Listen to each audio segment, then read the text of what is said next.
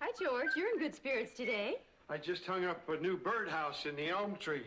Soon Mr. and Mrs. Bluebird will move in and make that house a home.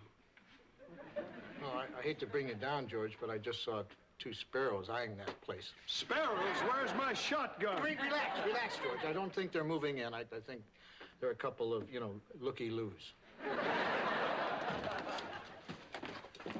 Salam, Sultan and Sultana.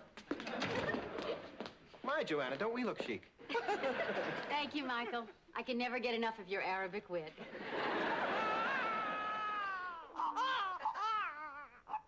There. Little Steffi Weffy was just hungry, wasn't you? Nay, Mommy dearest, we agreed not to babble and baby talk like other parents. Okay, cupper whuppers? Of course, Mikey Ikey. Dickie's getting sicky. Hello. Stephanie, darling. Libby, darling. Scooter, darling. Ah, what a darling surprise. You're the one who's full of surprises, Pet. We were jetting in from Berlin. Big bash at the wall, don't you know? When Kip and Anastasia DuPont told us of the blessed event. Really, dear, we never got an announcement. I thought I sent one to everyone who mattered. Water under the yacht. Libby, you remember old Dick? Of course! Who could ever forget dear Richard? We met in New York at that society thing for one of those causes. And this must be your, Inn. We call it an inn. And this is Joanna. We call it a wife. How do you do? Hello. My, what an unusual sweater. But I suppose there's not a lot to choose from up here, is there? My wardrobe has suffered so since my loom broke down. You must be the baby's father. No. Michael is the father. At least that's what Stephanie's led us to believe. That's George, the handyman. This is my Michael. Howdy doody, Livin' Scooty. Backwards banter, how I love it. Jumping Gibraltar, what a rock. Did you happen to notice my little bubble? Yes, and I'm so worried. I can't imagine how you'll ever get it off over those enormous knuckles. I don't plan to take it off, sweetie. It's my wedding ring. Why, Scooter, so you actually married our Livy. Or should I say the rowing team's Livy. This must be your baby. She's just darling. Too bad about her hair. I'm sure she'll grow some eventually. Well, let's hope it'll be on her little head and not on her chinny chin chin. By the way, you'd never know it to look at me, but Scooter and I have had a baby too, haven't we? Well, you did all the grunt work, precious. Now, where is our little heiress, yes?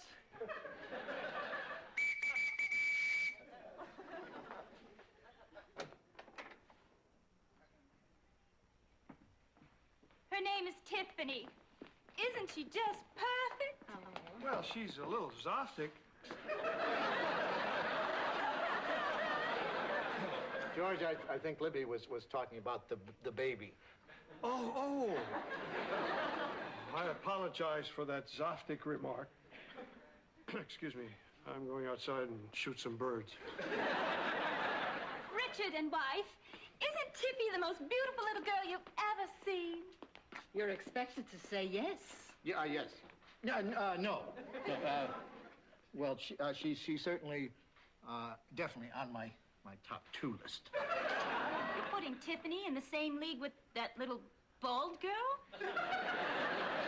Well, thanks for stopping by. Oh, no, we'll be staying, old girl. Yes, we'd like 2 rooms, please. One for Libby, myself, and child, and one for Mrs. Butterworth.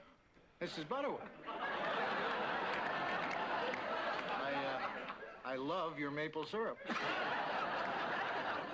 I've never heard that one before. Come on, Stephanie, grab their bags and we'll show them to their room. Oh, Scooter, isn't this delicious? Stephanie will be our own personal slave girl. Slave girl. How dare she? Michael, carry their bags up. Yes, master.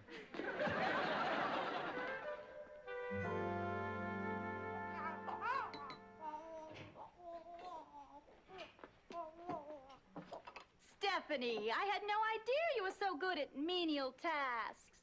If you ever need a job, Scooter could find you something at one of our fast food restaurants. Perhaps a position at the drive-by window. Well, thanks anyway, but this is really just kind of a hobby.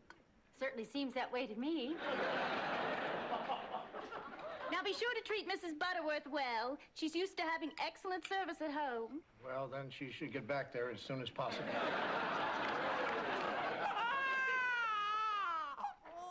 Your baby is a fussy little one, isn't she? Well, maybe it's just the scent of rancid perfume in the air. Steph, I hate to eat it and beat it, but I really should trot over to the station for a tad.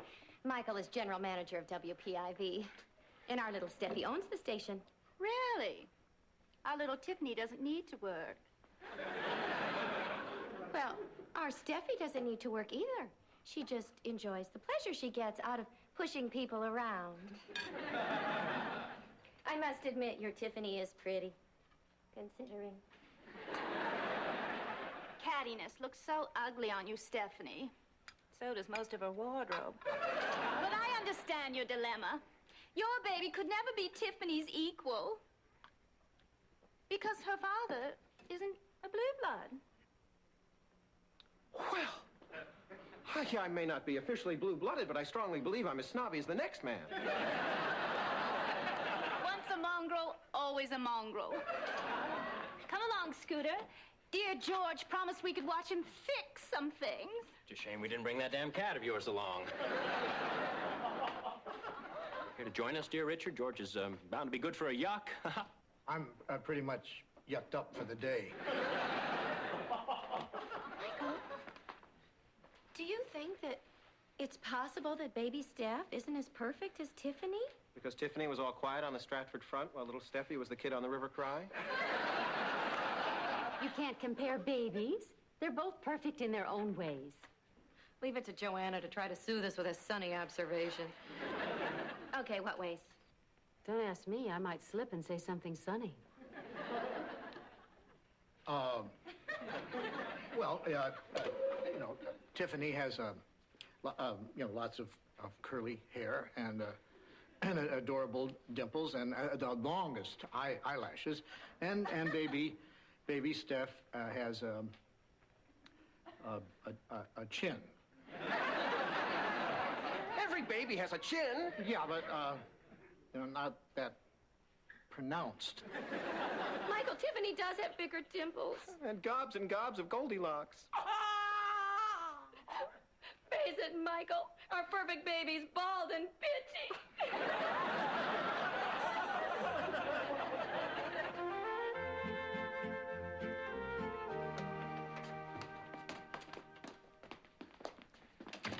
Notice anything nouveau about our babe in tow? Oh, my. Look at all the hair she's grown in the last 2 hours. Keep it under your hats, cats, but those follicles are faux. It's a tiny toupee. It's amazingly lifelike, don't you think?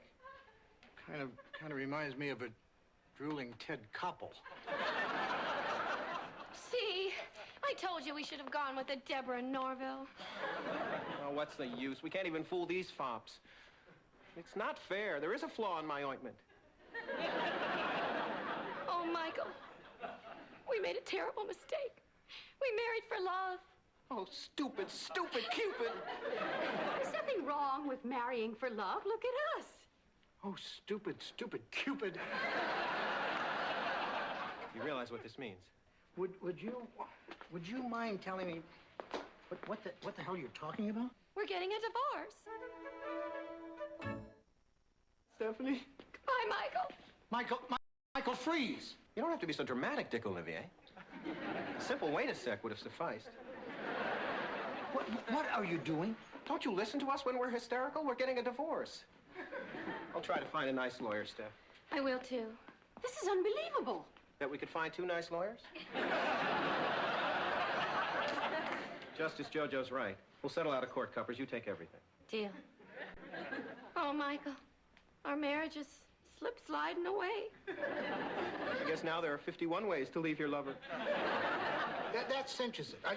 Are you two out of your minds? I mean, don't you want to see your little girl grow up? That'd be nice.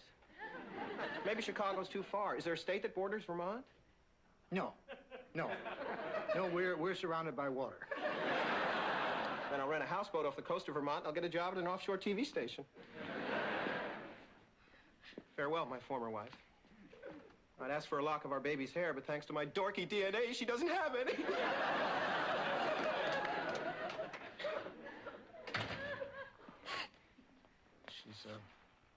She's whimpering.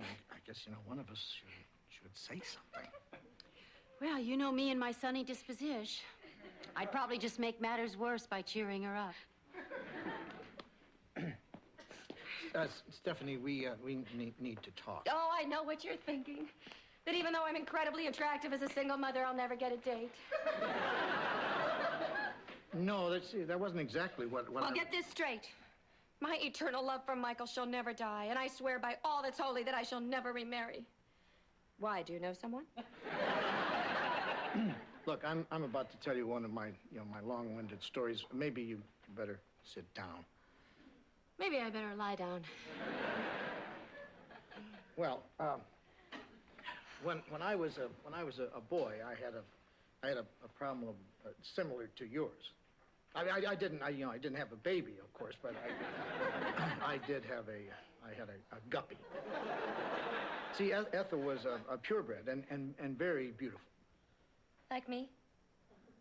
Scalier. Anyway, Ethel was in love with this other guppy, Maurice. Oh, a French guppy. Well, French-Canadian. Anyway, they had lots and lots of babies. Dick, is this story going anywhere? It must be. Oh, I've got it. Ethel and Maurice loved their children so much they didn't care if, they were the laughing stock of the tank. So much so that they finally ate them. Ew. But Ethel and Maurice are a lot like Michael and me. They are? It's amazing how you paralleled the upheaval in a fish tank to the turmoil in my family life. That's what I do. And nobody does it better. Thanks, Dick. I am good. Maybe I'll write a book of my fish fables. Ethel would have wanted it that way.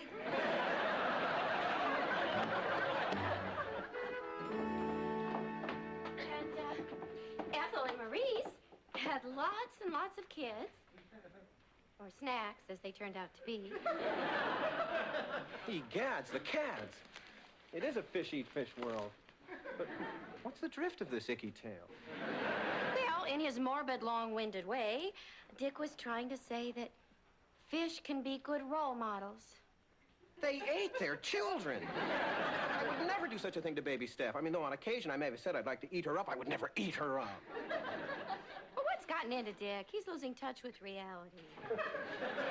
I only know that I don't want you to go. Sorry, Steph, but for our sullied seedling steak, this pop has got to be a Rolling Stone.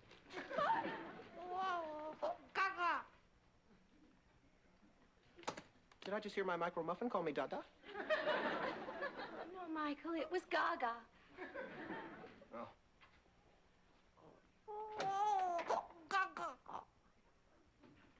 Michael, that time I think she did say Dada. Really? Yes, she's saying Dada. Mia Bambina, sprechen Sie me namen. She doesn't want you to go either. Double family whammy. My mainspring and my offspring want me to stay. See, she doesn't care about your stupid old blood. Oh, Steph, you realize what this means? I can paste my head back into the family photos.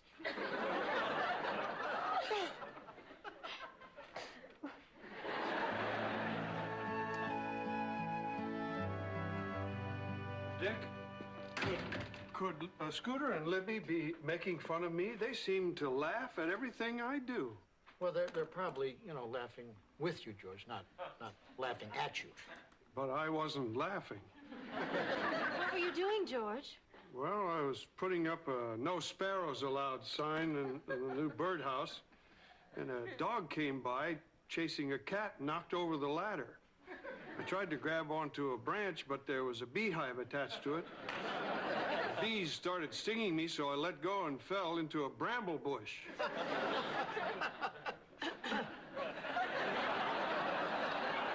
Well, you don't look any worse for wear. Oh, yeah. Every inch of my body is covered with bloody welts and scratches. You want to see? No. Us? No, thank you. I'm still trying to get over the image of your body after you were trampled by that cow. Libby called me a rube. What is that exactly? George, it's a derogatory term for a person from a small town. Well, I may be a hick, and I've been called bumpkin. And once or twice I came running when someone yelled, "Hey, yokel." But it really galls me when a la-di-da snot-nose labels George Utley a rube. Hearken home, boys. We come bearing nifty news. We've decided to stay together. So my story worked. Gulping guppies, Dickers. You should be filleted for that fish fable. It was baby Steph who talked us into reconciling. Your 5-month-old spoke to you? Yes, she said, Dada, whatever you do, please don't go. Ah, there you are, George. George, we were wondering if you'd care to motor down to the Hamptons for one of our functions. You'd be the guest of honor. It'll be loads of fun. We call it a roast. No, thank you. Maybe when you come up again, I could invite you to one of our functions. We call it a tar and feather. Oh, Scooter, what a darling threesome they make. Just like a little peasant family. Michael may not be blue-blooded, but we're together and we're happy. Hi. I'm Larry. This is my brother Darryl, and this is my other brother Darryl. Larry! Scoots!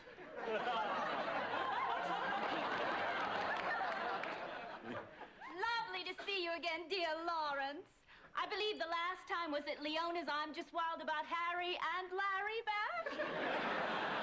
That was some soiree. We dropped by to offer our congratulations on the arrival of your heir, and to see whether you require our expert child care services. Thank you, Lawrence, but our little Tiffany is upstairs and very capable, albeit gnarled hands. Well, then, we'll bid our adieus and return to our genetic experiments. Darryl here is attempting to cross a porcupine with a pussycat. Alack, the offspring tend to clean themselves to death. Oh, Scooter, do say hello to your mom for us. Our floors ain't been the same since she stopped scrubbing them. Pardon? Apparently, Scooter's humility prevented him from bragging about his mother's proficiency as a scrub woman. Your mother was a scrub woman? Well, before she met my stepfather, we were a mite cash poor, so That's quite enough, Scooter. No, it's not. So, Scooter, I guess this means you're not a full-blood blue blood. Well, actually, strictly speaking, I am. Oh, I've never been so humiliated in my life. Well, hopefully you'll have plenty of other chances. Don't get so high and mighty with me, pet, lest we forget your grandfather sold used pickup trucks in Scranton. They were not pickup trucks. They were recreational vehicles. Ooh, this is so delicious. I'm going upstairs to pack. Come along, Bernie. Oh, well, we're going to start using our real names, are we now, Shirley? Keep a cot warm for me, dear chum. I may be bunking in for a while. It appears I've just performed the function of Deus Ex Machina in this little drama. In Greek theater, the Deus Ex Machina was raised and lowered on a rope while the chorus explained the offstage action. Well, since our chorus is relatively silent and our rope is holding up Daryl's pants, we'll settle for an exit upstage center.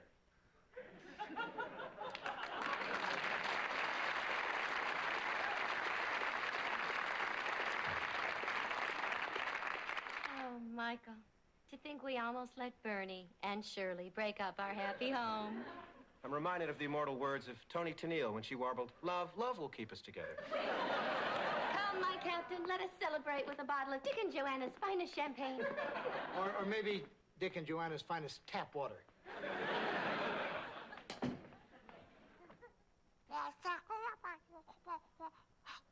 Dick!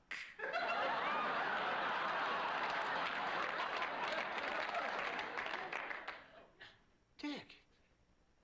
Baby Steph called me Dick.